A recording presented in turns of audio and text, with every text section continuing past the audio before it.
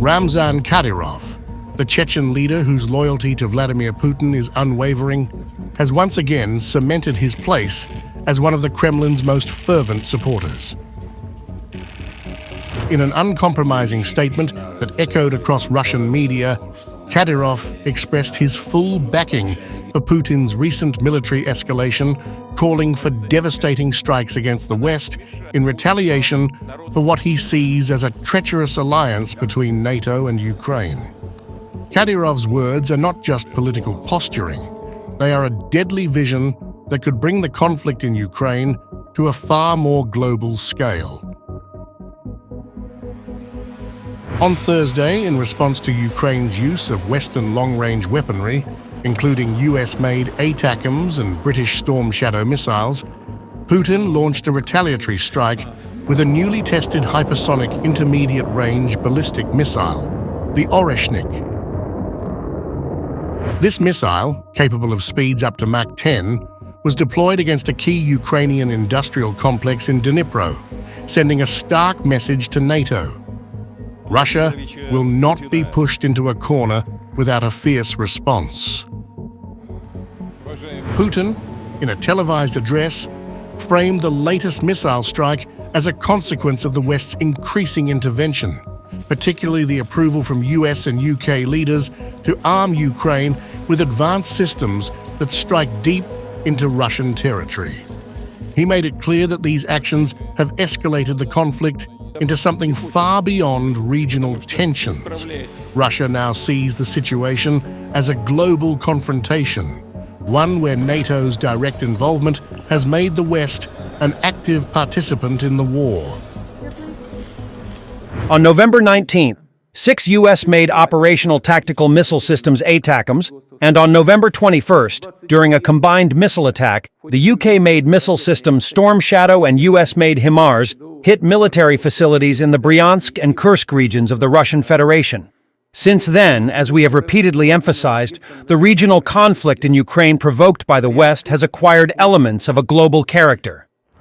The development of intermediate and short-range missiles are carried out by us as a response to U.S. plans to produce and deploy intermediate and shorter-range missiles in Europe and the Asia-Pacific region. We believe that the United States made a mistake by unilaterally destroying the Intermediate-Range Nuclear Forces Treaty in 2019 under a far-fetched pretext. Kadyrov, ever the loyalist, reacted quickly to Putin's statements. In his characteristic, no-nonsense style, he applauded the Russian president's decision to strike Ukrainian military targets with such advanced weaponry. But Kadyrov didn't stop there.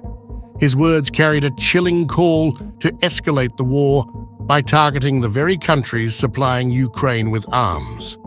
He declared that it was time for Russia to deliver a powerful strike on the military objects of those states that are too scared to openly admit their involvement in the war, referring specifically to NATO members like the US and the UK.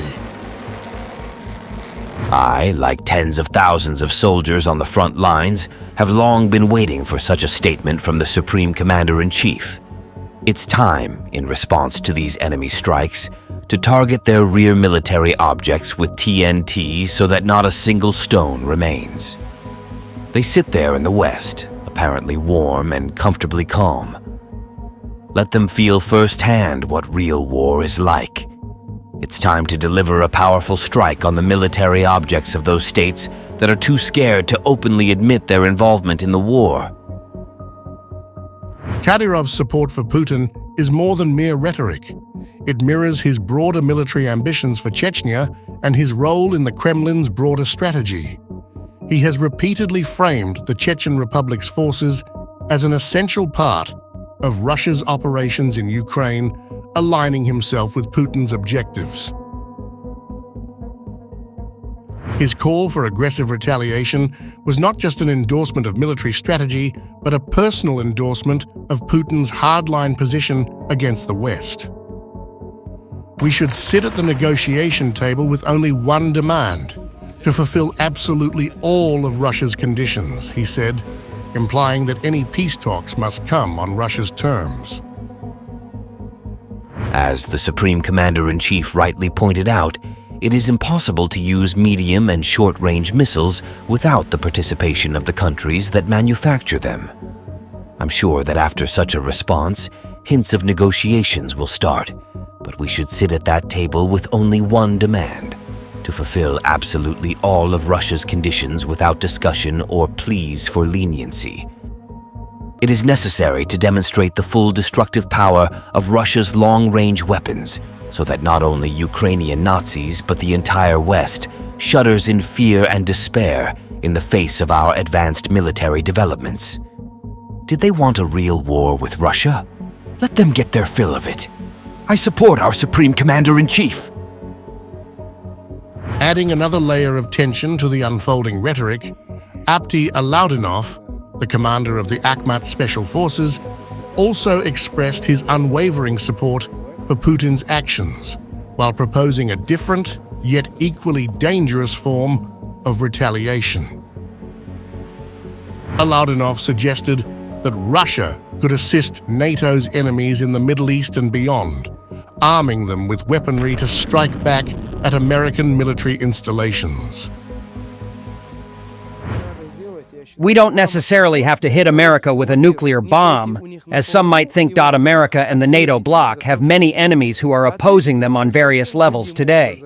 If we simply provide their enemies with, say, something equivalent to those missiles, so their enemies could strike, for instance, those same American bases that oppose them, why not?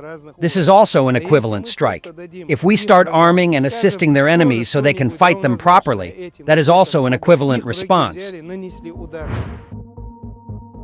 This sentiment of proxy warfare, advocated by Alaudinov, is a dangerous new dimension in the conflict.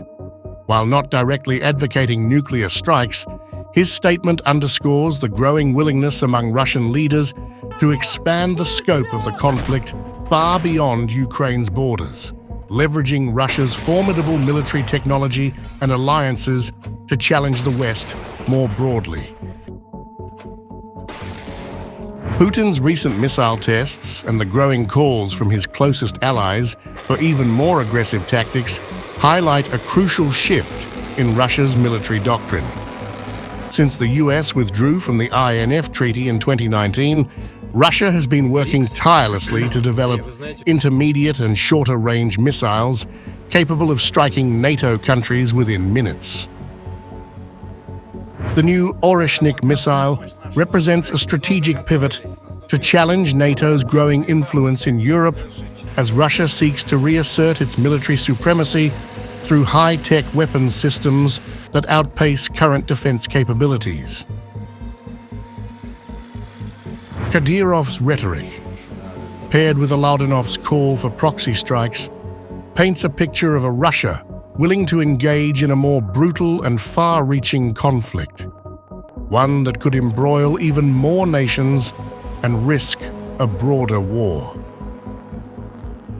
Putin's recent words, echoed by his staunch allies, suggest that Russia views its defense as intertwined with global security, as they shift from regional defense to an increasingly confrontational stance on the world stage. The Western response to this escalating rhetoric and military action will be crucial in shaping the next phase of this 33-month-old war. NATO's leaders will likely be forced to rethink their strategy, particularly as Russian officials have made it clear that they consider any foreign involvement in the Ukraine conflict an act of direct aggression.